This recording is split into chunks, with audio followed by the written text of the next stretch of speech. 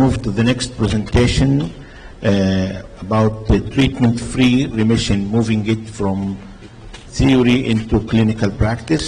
The presentation will be done by Dr. Binyam Othman. Dr. Binyam is a new consultant of adult hematology and bone marrow transplantation in King Faisal Specialist Hospital, Jeddah, and he is our quality officer in the department. Dr. Binyam. Thank you, Dr. Basim. I will try to keep it as compact as possible. So the topic I'm talking about today is moving treatment-free remission to mainstream practice in CML. This is a slide showing the number of people with CML in steady state since the success of TKI in US. From 2000, if you look at projected number of patients in 2050, there's almost a 10-fold increase. Should we try and stop TKIs? For some people, the idea of lifelong medication is quite overwhelming. In addition to that, it is very challenging to remember to take the medications on time. TKIs come with significant toxicity, as we heard in the last talk. If you look on the right side, even low-grade adverse events can affect quality of life. There are studies which prove that. And clearly there is a significant financial burden involved in any TKI, even with generic Imatinib. And there are studies which show that there is poor adherence if there are high patient costs involved, especially in a health system where patients have to bear part of the cost. Before going any further, I'd like to remind myself and everyone else about the international scale on which the BCR-ABL is reported. If you imagine the baseline level of BCR-ABL IS to be 100%, 1 log reduction, which is major cytogenetic response, will be 10%. Complete cytogenetic response corresponds to 1% on IS. Major molecular response corresponds to 0.1%, and anything below that is deep molecular response. So MR4, MR4.5, and MR5, and we don't have the technology to measure MR6 yet. TFR has already entered mainstream practice and has become main goal of therapy for many people. And this requires measurement of reverse transcriptase, quantitative PCR, reported according to international scale. Several trials have shown the safety and viability. TFR is now incorporated into the global guidelines. NCCN, ESMO, and ELN all mention it. And it has a number of health and economic implications. On average, successful TFR has been achieved between 40 to 60% of people enrolled into these stopping studies. And the good thing out of all the studies is most patients rapidly regain molecular control if TKI recommencement is required. So not many people are progressing or having kinase domain mutations, even if they lose their MMR. Okay, so these are the many of the studies that have looked at stopping TKI. As you can see on the right end, the TFR success rate varies from about 38% to about 58%.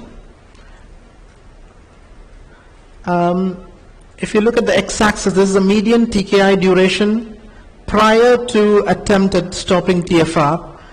So it ranges from a minimum of 3 years up to 9 years.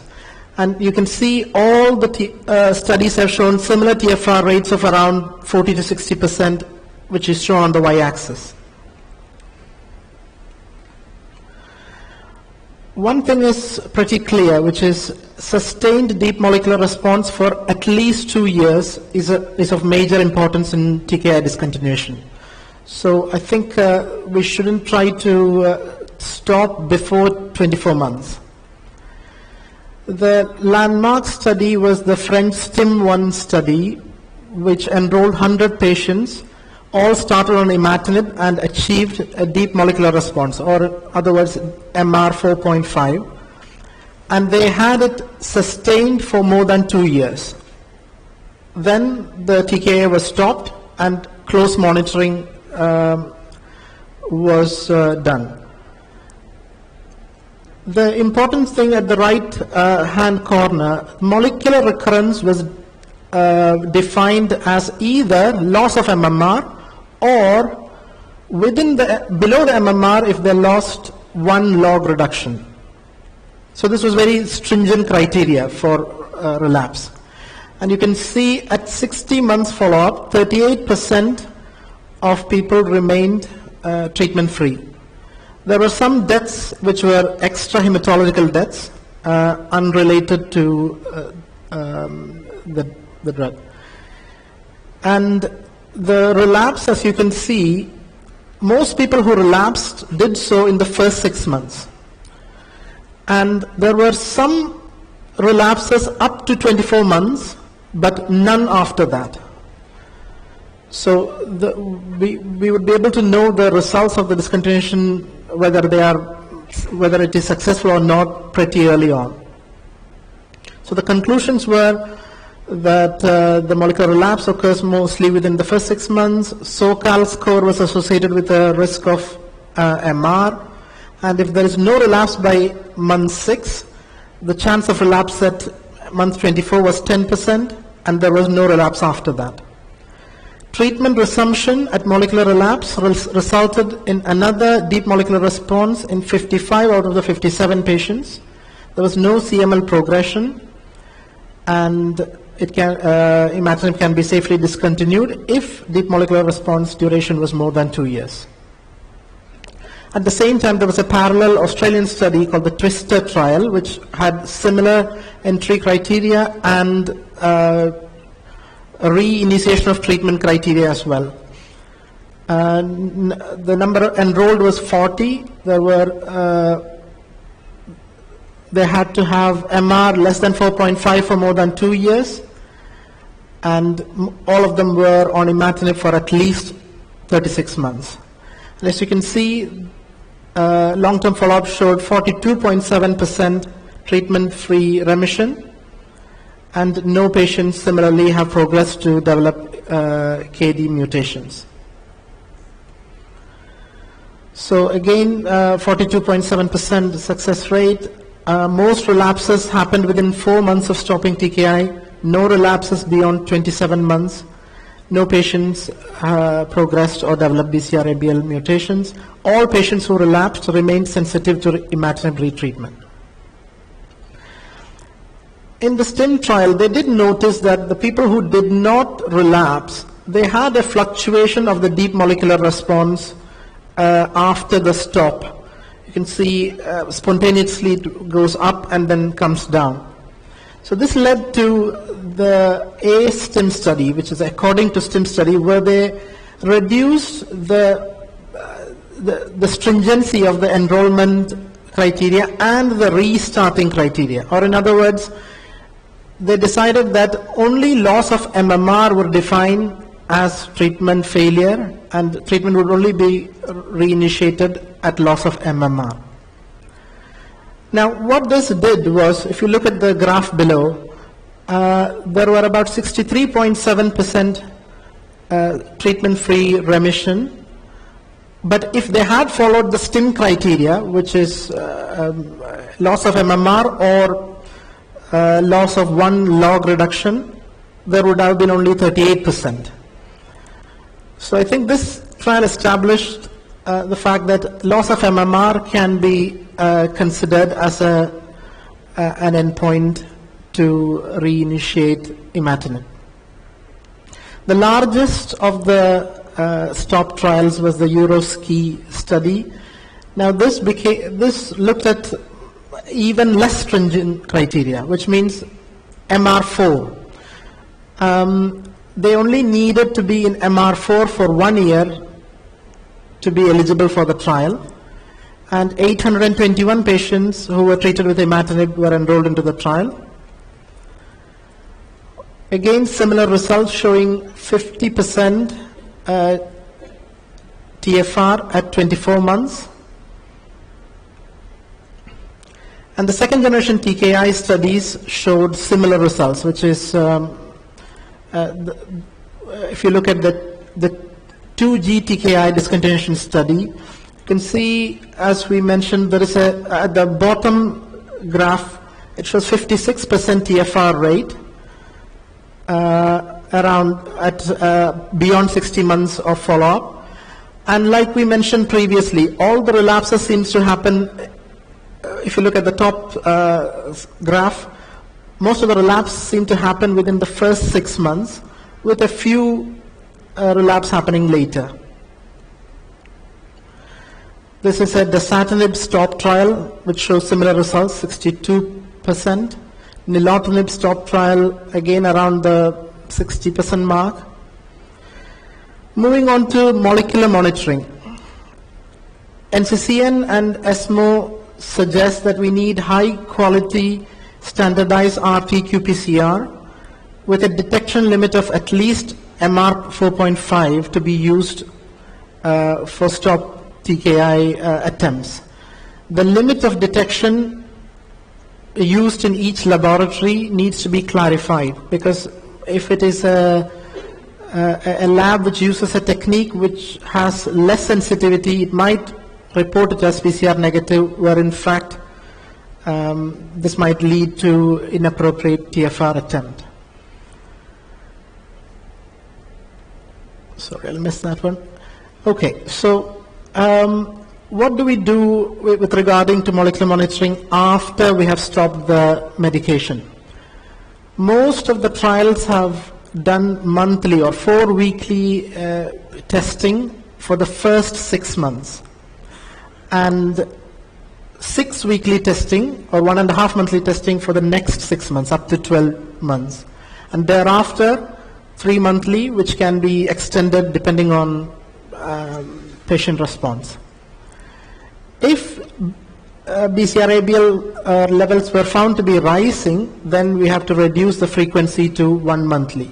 So the graph below is from a single institution, which is again the same sort of results, most relapses happening in the first 6 months, but there could be someone who could linger on below the MMR for a long time.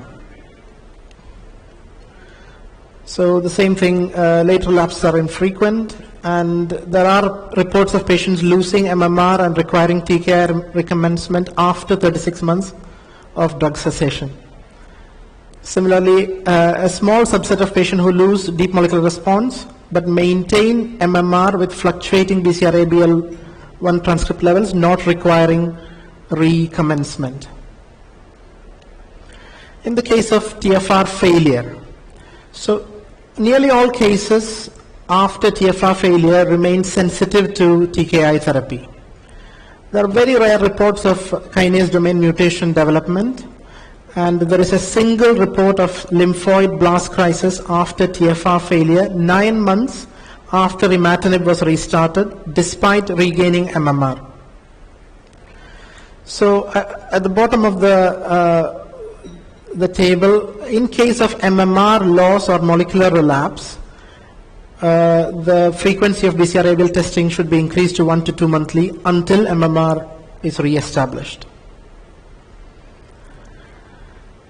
Majority of patients rapidly regain MMR and DMR, and median times to these targets were 2 months and 3 months, respectively, in the STOP 2G TKI studies.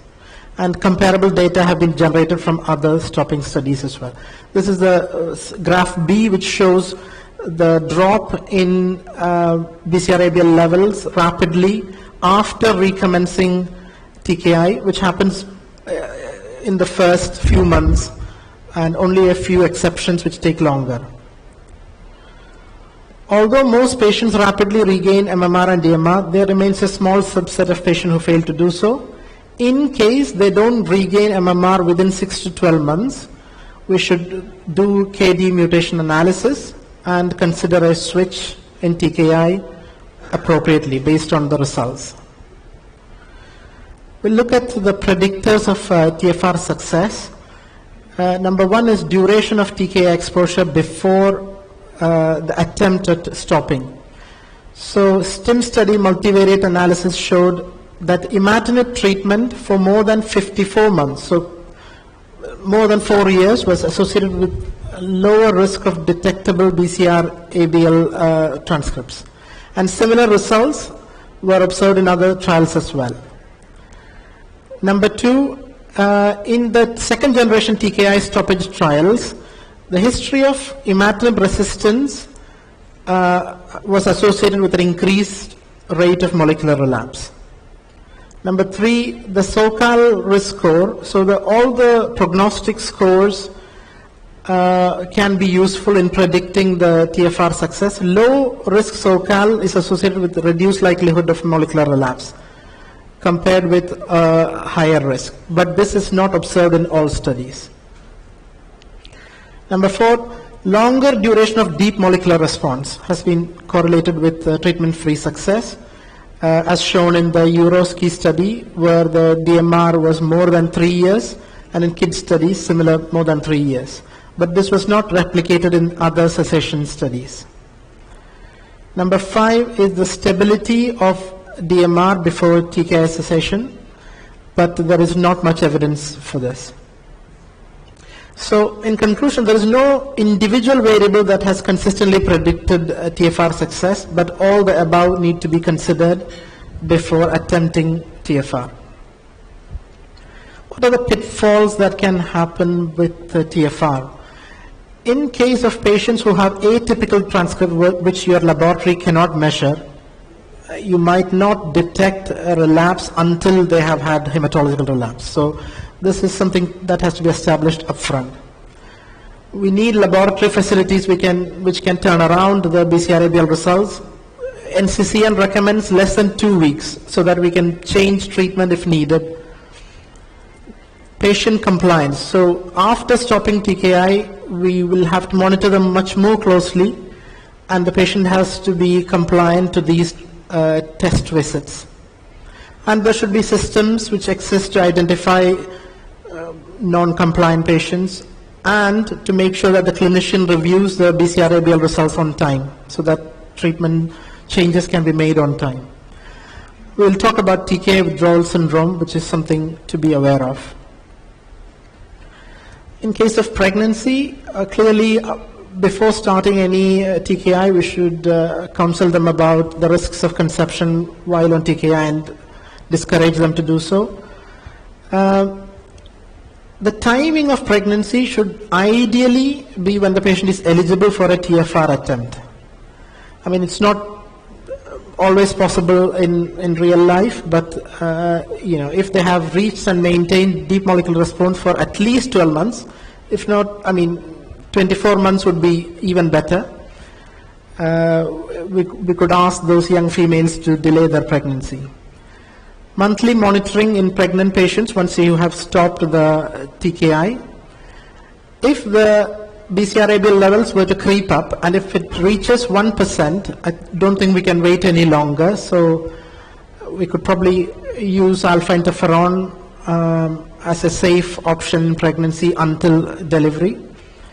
And TKI can be promptly recommenced after delivery, but it is contraindicated with breastfeeding, so that has to be taken into account. So all the guidelines, as I suggested, have made note of TFR. This is an article by Dr. Hughes in Blood, again showing similar prerequisites for stopping TKI. I'll come to that in a moment. So this is a comparison of the NCCN, ESMO, and the earlier article I was mentioning. If you look at the first line, people should have only CML in chronic phase, no accelerated or blast crisis. Second line, the SOCAL score should be non-high, but Hughes suggests that high can be considered as well with caveat. Number 3, response to TKI therapy has to be optimal. Number 4, BCR-ABL transcript has to be typical and measurable before we attempt. Number 5, duration of TKI. NCCN is the most liberal, just 3 years or more. ESMO says you need at least 5 years of TKI before we attempt stoppage trial. Number 6, deep molecular response. Again, NCCN is the most liberal with MR 4 or below for 2 years. The others suggest MR 4.5 or below. Duration of deep molecular response, more than 2 years. Retreatment, all of them say at loss of MMR. PCR sensitivity has to be more than 4.5. Frequency of monitoring is similar with all recommendations, which is monthly in the first 6 months, 6 weekly for the next 6 months, then 3 monthly afterwards. And the PCR turnaround time should be at least less than 4 weeks. TKI withdrawal syndrome is something which we have to be aware of. It is mainly musculoskeletal pain, which is transient, and it can be seen in up to 30% of patients, and it's observed in many cessation studies. This particular study basically looked retrospectively at the pharmacovigilance data from 2 trials, STIM2 and Euroski. And among the total cohort, TKI withdrawal syndrome was reported in 23.8% of patients, 100 after Imatinib and 2 after Nilotinib. Basically, mainly it is comprised of bone pain, joint pains and arthritis, and it affects upper limbs, shoulders and cervical spine.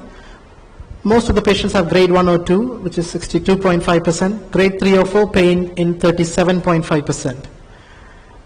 They were treated with NSAIDs or steroids or by local infiltration. Median duration of this syndrome was 7 months, range between 3 to 30 months.